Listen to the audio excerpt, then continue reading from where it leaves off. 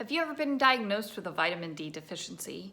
Do you know what causes a vitamin D deficiency? If this is something that you've ever struggled with, or you know someone who has, or if you live in a cloudy climate, you definitely want to pay attention to this one. Hey mama, what's going on? My name is Krista Nicole, and I empower busy moms with wellness tips and education to take the guesswork out of what comes next so that you can show up each and every day feeling healthy and confident and ready to be the best version of your mom's self. I put out a new video and blog post each and every week.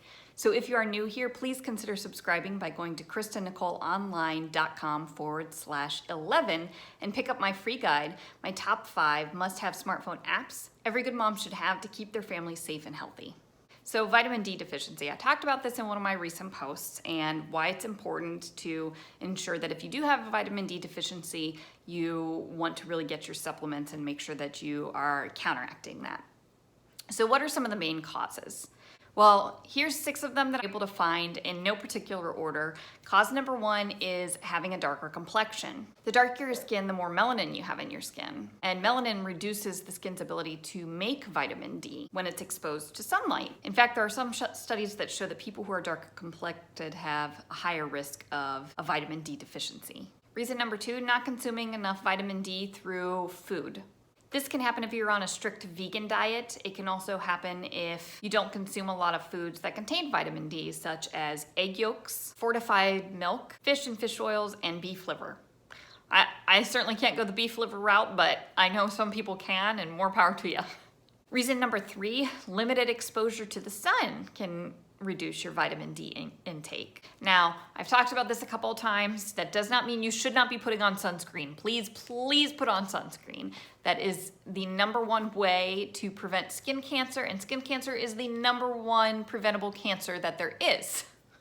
So please put on sunscreen, but know that yes, reduced sun exposure can cause a vitamin D deficiency. If you are out in the sun for hours and hours and you're putting on sunscreen, inevitably you are still going to get some of that vitamin D from the sun. So don't worry about that aspect.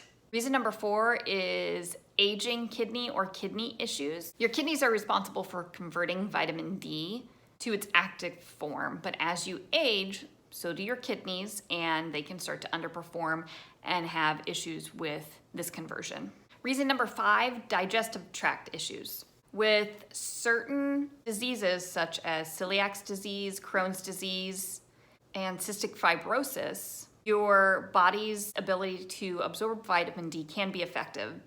So if you have one of these diseases, particularly if you have celiac disease, I know quite a few people who have developed this, you really want to make sure that you're getting some good vitamin D supplements. Reason number 6 is obesity.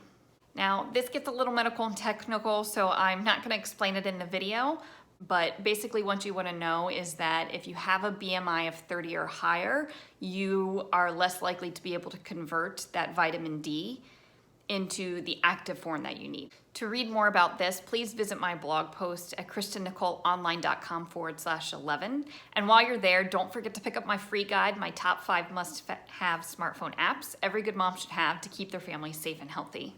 I hope that you've gotten some valuable information from this post, and if you have, please share by clicking one of the share buttons, whether it's above or below, depending on where you're viewing this from, because you never know who actually needs to have this information in their hands.